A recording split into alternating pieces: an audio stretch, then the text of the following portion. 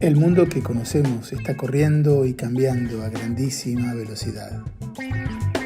Ante nuestros ojos se abre un futuro nuevo, un futuro que nos genera muchas preguntas e incertidumbres.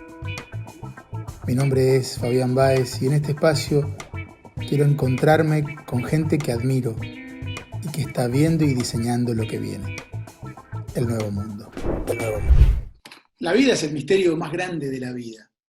Los enormes avances científicos y tecnológicos de los últimos tiempos están poniendo en jaque muchas de las certezas que teníamos.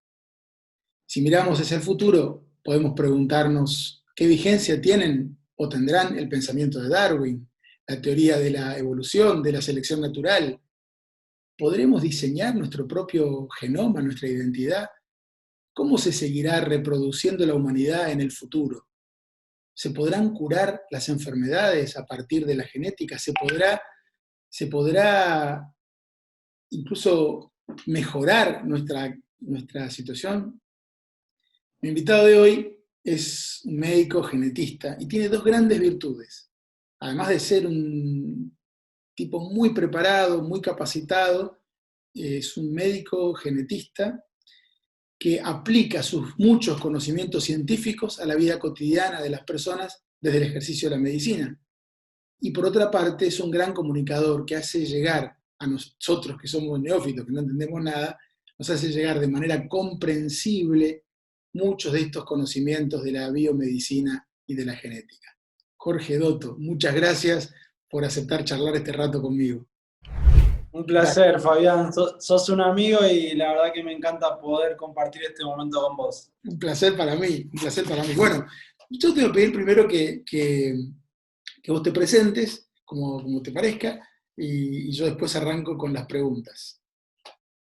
Bueno, yo soy un médico de la Universidad de Buenos Aires. La verdad que soy un producto de la universidad pública y después me fui al exterior a capacitarme, a trabajar. Hoy la UBA es uno de los lugares mejor posicionados a nivel académico en Latinoamérica, en el mundo, así que es un orgullo ser egresado de esa facultad, lo que me permitió estar en Estados Unidos, en la Universidad de Yale y de Harvard, perfeccionándome en lo que es la anatomía patológica y la genética. Volví al país hace 12 años, en el año 2008, y bueno, y aquí estamos, trabajando y, como decías vos, comunicando lo que es la genética para que la gente entienda su implicancia cada vez más presente en el día a día de nuestra vida cotidiana. Arranco así con esto y después vamos a dónde nos lleva. Lo primero es, ¿qué es esto que la vida comienza o resulta de cuatro letras? Que no son B, I, D, A, sino A, C, G, T. ¿Qué es eso? Y es algo muy, muy loco, es como un milagro muy fuerte si lo ponemos en el contexto de que dos células, o sea, el óvulo de nuestra mamá y el espermatozoide de nuestro papá, generan un embrión que son al principio dos células, tres, cuatro, cinco células, y después eso se convierte en un feto, y después si uno se pone a pensar en algo muy, muy puntual, es la concepción es algo tan difícil de lograr, en el cual hay como una guerra entre millones de espermatozoides para poder conquistar a ese óvulo, y ese material genético no solamente es de nuestra mamá y nuestro papá. De vuelta, si lo ponemos en un contexto histórico, son dos células que tienen información de cientos y cientos de años de nuestras familias. Y si vos lo pones en ese marco, la cantidad de información que está comprimida y que puede entenderse a partir de los millones de letras, o sea, hay 3 billones de esas letras que vos comentabas que son las que generan el genoma humano y el código genético, y esa multiplicidad de posibilidades de esas letras hace que seamos en unos aspectos 99,9% iguales, y en ese 0,1% tan diferentes, por suerte. Maravilla. Ahora, es maravilloso también entender que del hombre para acá, desde que hay inteligencia en la Tierra, recién hace 10 minutos sabemos esto. Es decir, hace nada que podemos. Yo me acuerdo cuando que serán unos 20 años, cuando el presidente, creo que Clinton era en aquel momento, que anunció que la primera lectura del genoma, ya debe ser como 20 años, Sí, eh, sí.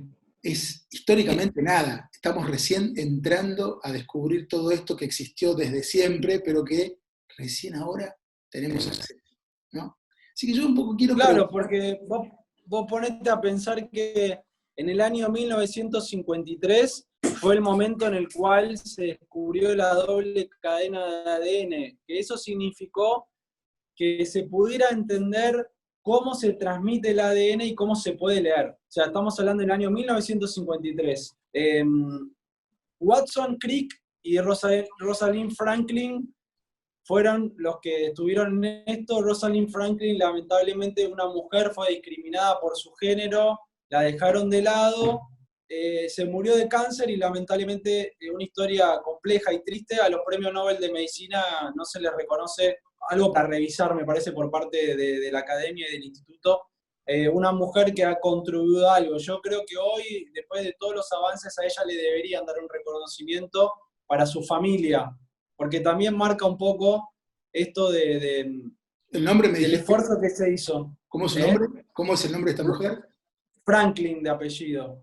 Franklin. Eh, bueno, me parece que en el año 90 Clinton hace una apuesta muy importante y invierten 3 billones de dólares, o sea, $1 por cada una de esas letras que vos mencionabas. Se estimaba que iba a tardar entre 15 y 20 años el análisis del genoma humano, y se hizo en básicamente 10 años. En el año 2003 se publicó el genoma humano.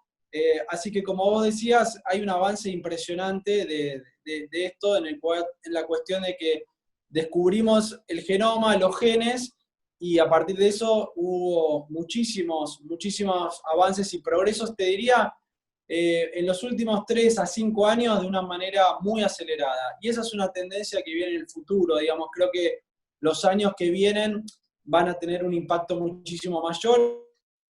Y te digo más, hace bastantes años que el Premio Nobel de Medicina está relacionado con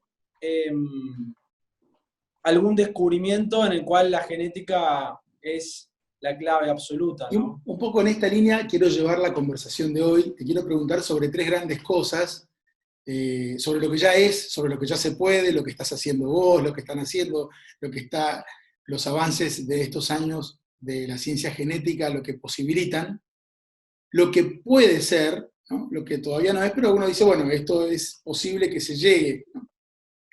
Y lo tercero, lo que soñás, lo que no es, que quizás no sea nunca, pero que uno dice, bueno, esto no se puede descartar.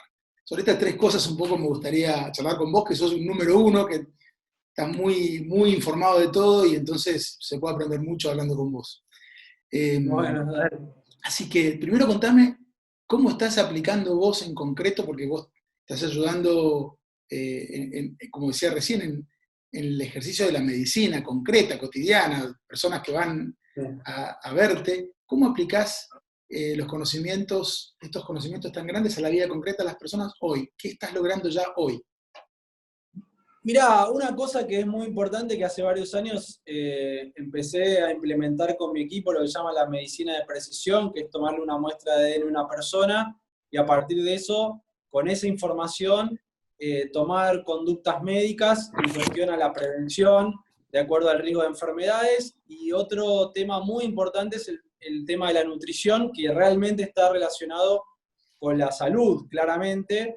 Y a partir de eso una persona puede entender cómo alimentarse, cómo comer o tomar decisiones en cuestión de su actividad también deportiva. Digamos, trabajamos en el alto rendimiento deportivo, eh, y, por ejemplo, otra de las cosas es si una persona puede tomar un medicamento, qué dosis tomar o si le va a dar efectos adversos. O sea, eso es algo que estamos trabajando hace bastante tiempo y da una gran satisfacción ver ciertos cambios en personas que han reconocido y que a partir de eso se sienten mejor, y eso es una gran satisfacción. Y hoy en lo actual me parece que hay algo que es muy interesante, que con esto de la pandemia que estamos viviendo se ha posicionado y resaltado mucho, la salud como algo realmente valorable que antes no estaba valorado. Digamos, nosotros no le ponemos el mismo esfuerzo, ni la misma energía, ni el mismo sacrificio a obtener logros personales y logros profesionales, porque bueno, queremos progresar en la vida, es como inherente al ser humano, también forma parte de tratar de tener una mayor seguridad, y eso tiene que ver con el mecanismo primitivo de la supervivencia. Pero a la salud no le poníamos el valor del esfuerzo, del sacrificio, porque le adjudicamos a nuestro cuerpo la obligación de cuidarnos, y la realidad que no es algo automático. Entonces, esas decisiones y ese esfuerzo hacen que uno pueda tener una mejor salud. Eso me parece que es algo que viene hoy, y hay una gran movida de concientización por lo sano, por lo saludable, y algo que me llamó mucho la atención, que la verdad que en mi Instagram empecé a analizar alimentos y etiquetas de productos, es la gente, la necesidad que hay por entender algo tan importante que está en el supermercado, que está en el chino, y que la realidad es que no está simple para que una persona lo pueda llegar a entender. Entonces, ese es un rol que hoy estoy generando, y hay un impacto impresionante por conocer y por entender, y está muy valorado. Y uno se pondría a reflexionar esto es como en el rol mío de la medicina. Yo tengo que hacer que la gente entienda, digamos, independientemente que me escuche en una entrevista con vos, en la televisión, en la radio, o cuando doy una nota que hay en la gráfica para un diario. Digamos, mi rol es que la gente entienda. Digamos, yo no me siento más inteligente o me siento más profesional o más importante porque hablo raro. Me parece que eso pasó. En el futuro tenemos que cada vez saber más simple, y eso pasa con diferentes profesiones, ¿no? Con los médicos, con los abogados, con los ingenieros, pero también pasa por la industria, que también tiene que simplificar esto para la gente, o cuando se escribe una ley en el Congreso tiene que estar sencillo, que lo puede entender cualquiera, o mismo vos, que cuando te toca tu labor pastoral, poder dar un mensaje que la gente le llegue para el día a día. Entonces, yo creo que eso es algo que hoy está generando esa necesidad por parte de la gente, y no es que la gente hoy a veces dice, no, bueno, porque la educación antes era mejor y ahora es peor. No, la gente siempre tiene un nivel de educación en Argentina y en Latinoamérica y en el resto del mundo diferente a lo que era antes, que también hay un debate sobre esto, pero la gente realmente, obviamente que todos necesitamos generalmente informarnos más y educarnos más, pero también es el rol de la persona en la cual está generando esa actividad de simplificar y de facilitar. Hoy no hace falta ir a un lugar físico para aprender, pero lo que tenemos que tratar de nosotros es de lo que está disponible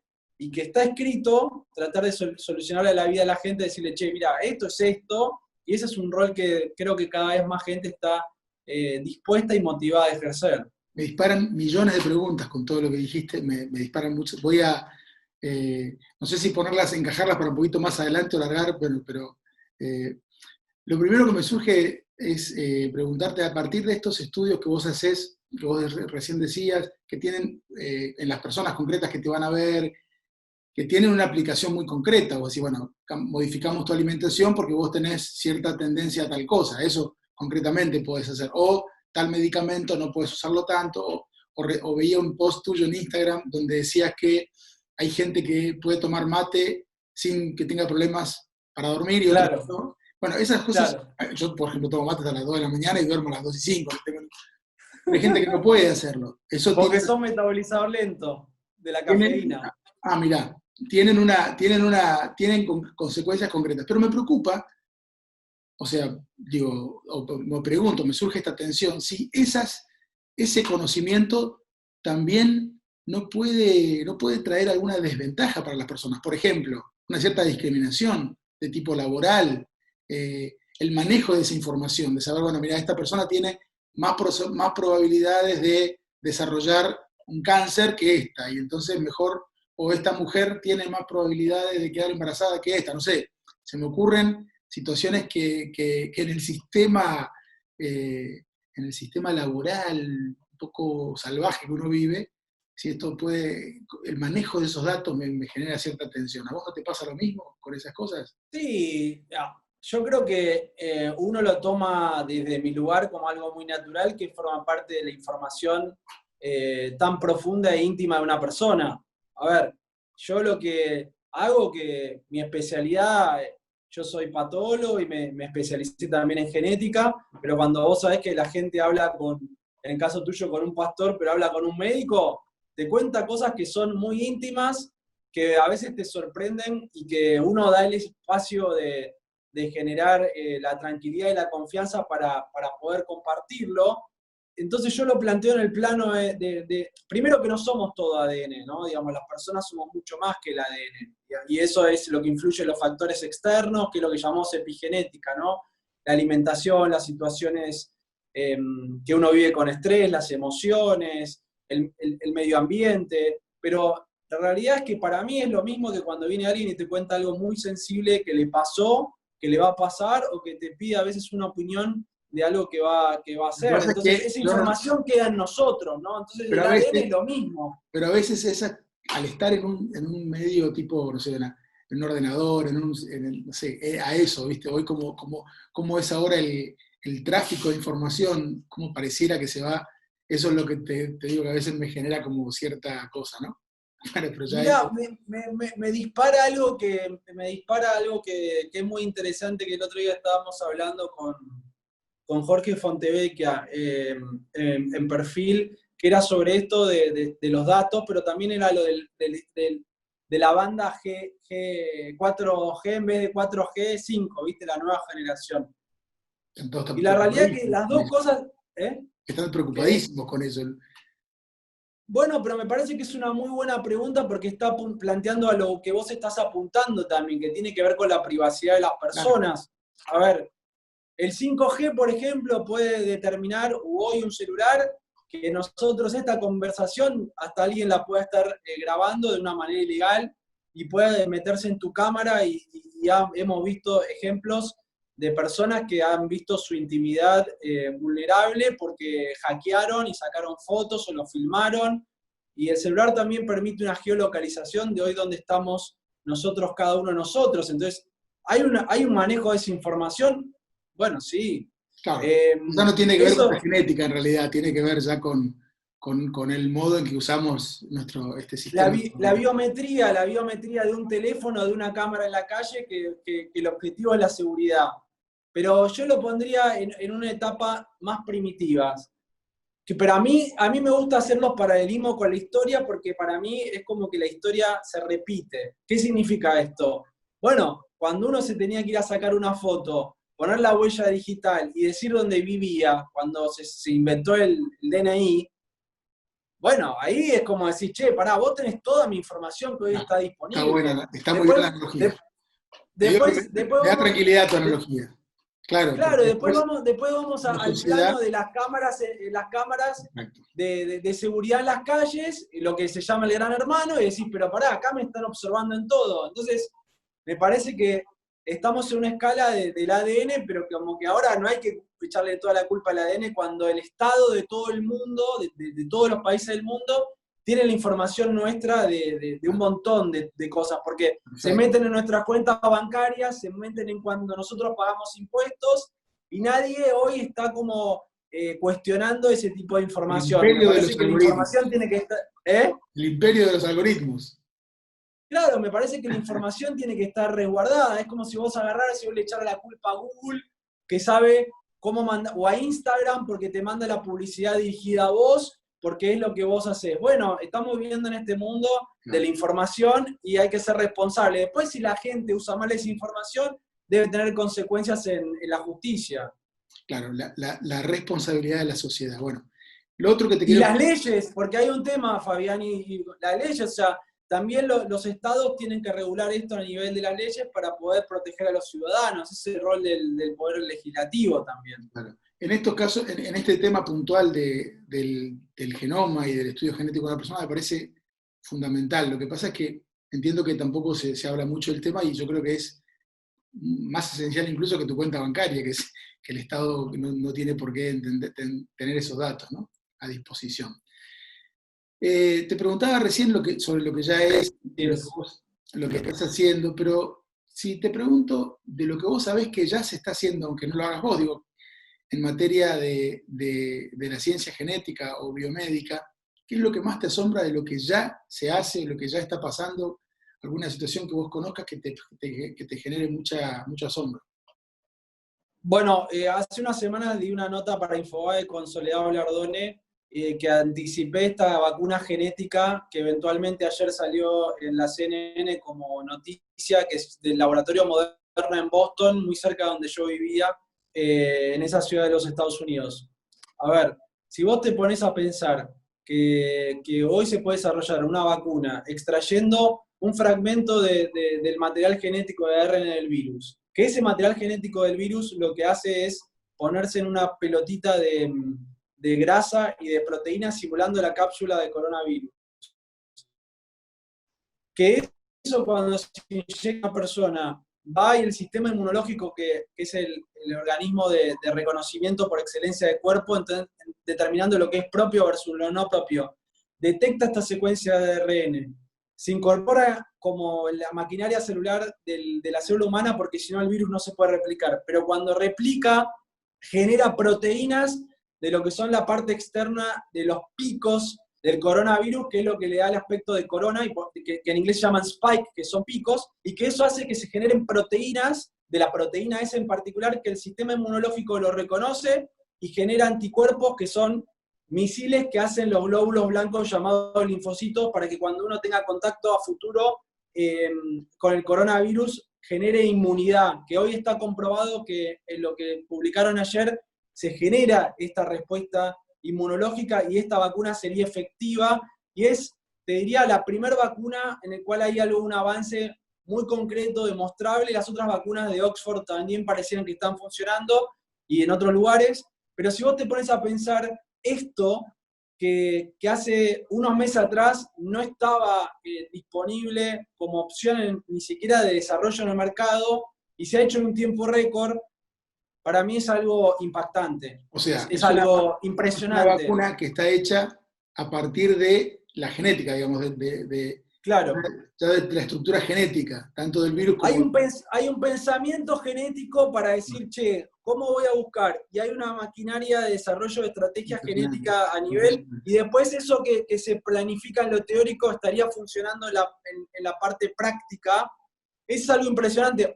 Por supuesto que podríamos hablar de visión genética y podríamos hablar de un montón de cuestiones que ya ocurrieron hace unos años atrás y la perspectiva de desarrollo, pero me parece que si hoy lo vemos en el día de hoy, julio 2020, el genoma del virus se descubrió en enero 2020, es impresionante porque las vacunas en desarrollo y en pruebas tienen que cumplir dos condiciones. Número uno, que sea segura. O sea, que si vos le vas a inyectar algo a alguien, como decía mi abuelo, que era médico, que el remedio no sea peor que la enfermedad. Entonces hay que garantizar seguridad, no le puedes dar algo para dañar a la persona.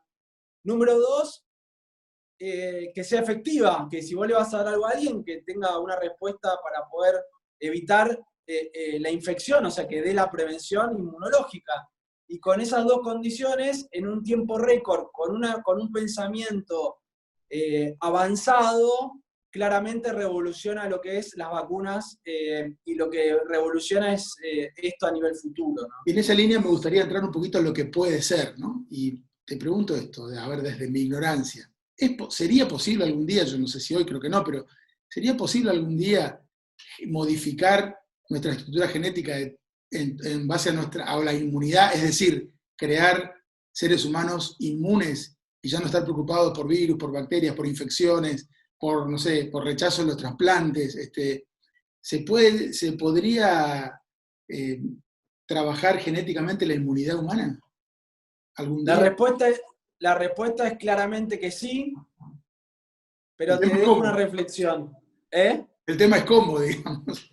No, me parece que las herramientas y potencialmente hay una posibilidad, porque hoy hay programación del sistema inmunológico para tratar células malignas y empezaron a haber grandes respuestas en casos de cáncer, entonces eso me parece que es importante, pero te dejo esta reflexión. Vale.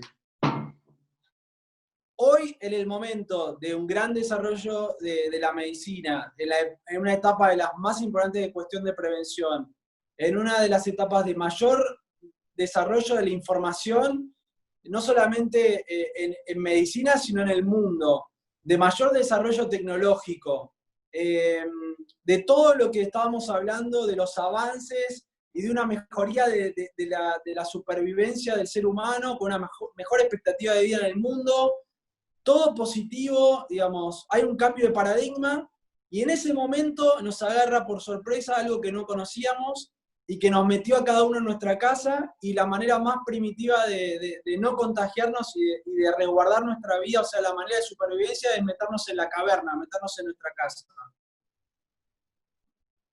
Y esa es la reflexión, me parece que esto puede llegar a pasar en el futuro, y después cada uno podrá ver cómo surgió esto, pero la realidad es que hay como un balance en la naturaleza que siempre ha estado. Y ayer lo hablaba con un periodista y le decía, mirá, nuestros abuelos vivieron la época de la Segunda Guerra Mundial, la generación anterior vivió la Primera Guerra Mundial, otras generaciones vivieron épocas de una disparidad social con el tema de las monarquías y de las matanzas y de las conquistas. Digamos, cada época de la historia ha vivido diferentes tipos de crisis, y esta es la que nos toca vivir a nosotros en un contexto histórico extraordinario, y nadie podría llegar a descartar que en 10, 20, 30 o 50 o 100 años vaya a pasar algo diferente. Y eso me parece que está relacionado con la balanza natural, y que la naturaleza generalmente pone ciertos límites. Genéticamente, ¿se puede revertir el envejecimiento? ¿Se podrá algún día? ¿Se podrá, o al menos, controlar? Y esa es una gran pregunta, y se está trabajando, porque sería algo de algo muy, muy buscado. O sea, claramente hay lugares que están trabajando en tratar de llegar a la inmortalidad del ser humano. Bueno, o al Pero menos, sí, o al menos mejorar la calidad del envejecimiento, digamos. sí, pero digamos, hoy, por ejemplo, con vitamina C, con alimentos, frutas y verduras, uno puede trabajar en esto de lo que son las antioxidantes, y hoy en época de estación, digo, frutas de estación, naranja, limón y mandarina. La época del verano, el arándano y la frutilla es una muy buena variante para la vitamina C, que son ricos. Y también hoy en estación, brócoli, coliflor, repollo, todas verduras baratas, no estoy hablando de nada caro. Vitamina C lo que hace tiene un poder antioxidante que está relacionado con evitar que la célula deposite oxígeno tóxico, que es lo que todo el mundo conoce como radicales libres, y a partir de eso evita el daño celular, evita el daño de ADN, y ese mecanismo está relacionado con disminuir la capacidad de que a veces hay como un desfasaje de mal funcionamiento del sistema inmunológico, y se produce una inflamación crónica constante con un daño celular continuo, que sería como, viste, si vos ves una gotera que decís, bueno, esta gotera cae la gota, pero si vos la dejás esa gotera meses y años, destruye. Bueno, ese mecanismo, ese paralelismo, a veces pasa con el sistema inmunológico y se genera una inflamación crónica desajustada, y hoy está relacionada con enfermedades de tipo muy frecuentes como la enfermedad cardiovascular, el cáncer y el envejecimiento. Entonces, si trabajamos en diferentes tipos de alimentos para tratar de evitar o de disminuir este riesgo, la verdad que tenés grandes beneficios, y yo creo que se está trabajando mucho en estos mecanismos No hace falta de laboratorios. No hace falta ser un científico genetista para hacerlo en la propia casa de uno, cada uno puede hacerlo. Sí, Pero sí, desde el punto de vista de la ciencia, te pregunto, se me dispara a partir de esto, ¿se pueden curar genes rotos o enfermos? Sí, hoy ya está pasando, hoy digamos, ¿Cómo se hace hoy eso? en, ¿Es antes de nacer? ¿Es sobre las células? ¿Cómo se hace? bueno, Una enfermedad hereditaria. sí, hoy a ver, hay diferentes planos y niveles, digamos, está esta técnica de CRISP que se llama, que es cortar y pegar, es como ir a un lugar en un párrafo de un texto de la computadora y viste que vos agarrás y buscás una parte, la cortás y decís, no, voy a pegar otra y la modificás y la editás. Pero eso es lo que se hace con el genoma humano, que es la técnica de CRISPR. Ahora, eso lo haces, ahora, ¿y cómo eso después repercute en la vida de esa persona? ¿Eso se vuelve a repetir Bueno, la persona? ¿Cómo se hace? ¿Cómo es el proceso? esa es una gran pregunta, porque en el plano técnico, teórico, eso está funcionando bien, pero hay que ver la implicancia a largo plazo si eso va a tener algún efecto adverso para el resto del genoma. Cuando uno hace algo que es algo externo y va a hacer una modificación, habría que ver si eso tiene una implicancia a futuro en generar un efecto adverso. Y eso es algo que pasa en la medicina en general, y lo puedo llevar al paralelismo con los medicamentos. O sea, me parece que siempre para entender las cuestiones hay que ver algo de que hoy está ocurriendo. Entonces voy a decir, mira, yo tomo tal medicamento y este medicamento me da algún efecto adverso. Bueno, esto es lo mismo con la técnica esta, digamos, si vos vas a hacer algo que es externo al cuerpo, hay que ver si en el largo plazo va a generar un efecto a futuro. Hoy también hay nuevas técnicas que lo que están haciendo es borrar ciertas partes del genoma para hacer una mejoría, o insertar ciertas letras que estábamos diciendo antes, que son las que generan el código para hacer una mejoría.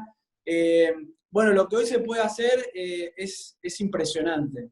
Y además de curar o arreglar, se podría también, supongo, no sé, generar, diseñar gente más talentosa, mejores deportistas, mejores artistas, o sea, gente con más... Ojalá que no. Pero pregunto, pero más allá de lo ético, quiero Es decir, que, es que sí, fácticamente, ¿podría es que lo hacerse? técnico, es que en la teoría uno podría pensar que sí, pero a ver, yo te lo pongo en esto, que me parece que está muy bueno lo que vos planteás, Fabián. El talento está en el ADN, es como que es naturalmente talentoso. Eso significa que nosotros encontramos hoy, mirá, yo trabajo con la Asociación del Fútbol Argentino, y la verdad es un orgullo trabajar con las selecciones juveniles de masculino y femenino, y la verdad que el presidente Tapia me ha dado una oportunidad porque yo fui a presentar este proyecto y hoy estamos trabajando de una manera muy, muy importante y se hace un gran trabajo en la selección, digamos. Pero lo que voy es, si nosotros encontramos el talento de un juvenil, de un chico,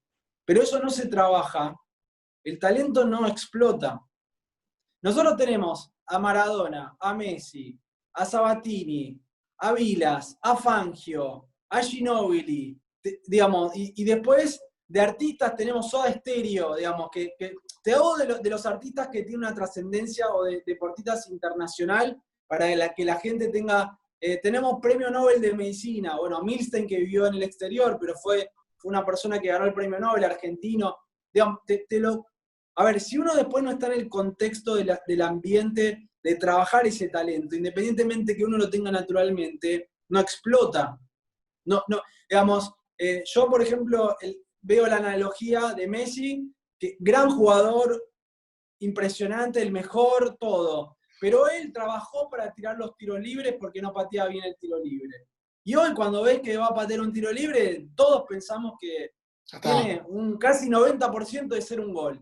Pero eso, no, él no tenía el talento para patear el tiro libre. Él tenía un montón de otros talentos que él los tiene, pero trabajó y desarrolló con esfuerzo, con energía, con sacrificio, una nueva cualidad que tiene que ver con el resultado de que él puso todo su talento natural que está en su ADN para poder desarrollar eso. Después vemos como Fangio siempre decía, ¿no? Y vi un documental ese muy poco, muy bueno, que él hablaba sobre esto, ¿no? Que él decía, uno tiene que trabajar para ser el mejor, pero no creerse el mejor. Y en esta frase de Fangio está esto, digamos, si uno se cree el mejor, no va a hacer todo el esfuerzo, todo el sacrificio para poder lograr el máximo de su potencial.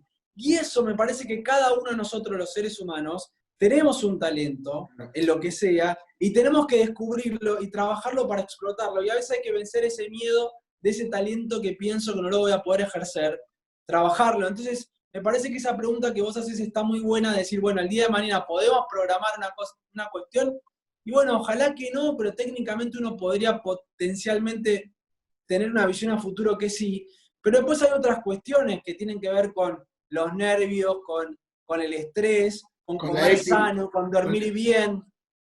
Con la epigenética, como decías vos, y con un montón de circunstancias externas. Claro. Me maravilla tu visión tan global de las cosas, porque siempre lo sacás del plano meramente técnico y lo pones en un plano histórico, cultural, me parece fascinante. A esto me vienen dos preguntas finales, digamos. Primero, los debates éticos, ¿no? Que se dan, son preguntas muy ligadas. Los debates éticos que se dan en torno a esto que es nuevo, qué sé yo, porque, por ejemplo, sé que hay experimentos de combinar cromosomas humanos y animales, quizás Sí, una locura. para trasplante, no sé qué, pero digo, ya hay experimentos Sí, en esa línea, o bien niños que ya son engendrados a partir de que tienen varios padres, más de dos, sí. eso que ya existe, ¿no? Entonces eso plantea por lo menos interrogantes desde el punto de vista ético. Y la pregunta sería, ¿sentís Jorge, sentís a veces vértigo ante los cambios en este momento de tantos descubrimientos y posibilidades, especialmente en esta área tan sensible que vos conocés tanto? ¿Qué te pasa a vos? A mí en lo personal me parece que todos los que estamos en este plano, que tenemos una gran responsabilidad y compromiso, sabemos cuando hacemos algo bien o algo mal. Cada uno sabe cuando está cruzando la línea, ¿no? Digamos, independientemente que el Estado debe regularlo con una ley, cada uno de nosotros sabe cuando cruza esa línea, y en el cual lo que no puede pasar es que cada uno de esos científicos a nivel del mundo, eh, por un ego personal, justifique el avance de la ciencia o de la sociedad.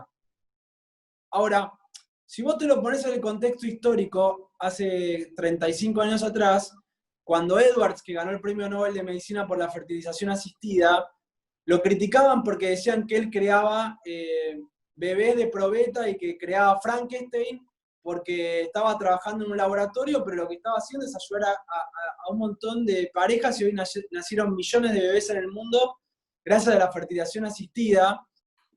Y eso me parece que en el contexto de hoy hay un paralelismo también, porque hoy, digamos, mezclar ADN humano con ADN animal es cruzar la línea.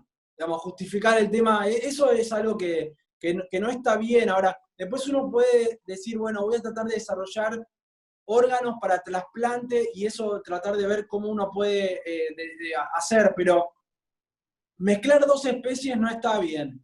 La naturaleza no mezcla. Digamos, si las especies se mezclan de manera natural. Claro, claro. Entonces, eso es una elección que tiene que estar dada por un montón de otro tipo de cualidades y decisiones que son profundas también en lo interno de la especie, ¿no? Pero me parece que esto es algo que podría pasar hoy, en el cual se critican un montón de cuestiones y son cosas aisladas, y la mayoría de los laboratorios no están tratando de armar un dinosaurio, como en algún momento dijeron, usando un elefante que está en extinción, sino que están desarrollando esta vacuna para el coronavirus, sino que están desarrollando nuevos medicamentos para tratar de ayudar al tratamiento de la salud, o están trabajando en lo que planteábamos antes, en tratar de tener una mejor calidad de vida y el envejecimiento. Entonces, me parece que lo excepcional siempre es lo que llama la atención y está en los medios de comunicación porque es algo que explota como título y la noticia, pero en lo particular o en lo general se trabaja para una mejor calidad de comunidad y de sociedad, y ese es el mensaje que nos tenemos que llevar. Y cuando se cruza el límite, como en China con el tema de los monos, bueno, en ese caso este científico está preso. ¿Qué pasó? Contame porque no sé. ¿Qué pasó?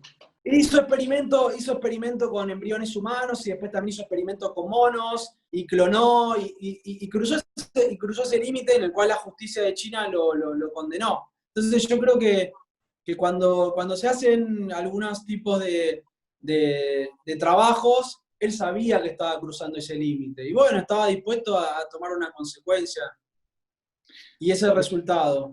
Yo te agradezco muchísimo este rato que charlamos y me voy con miles de... Primero que aprendimos mucho, y segundo, como te digo, me quedo muy impactado y con esta mirada global que tenés, ¿no? Tan abarcativa de la condición humana, de lo humano, ¿no? Porque en definitiva se trata de eso, de ser Sí, humanos, ¿no?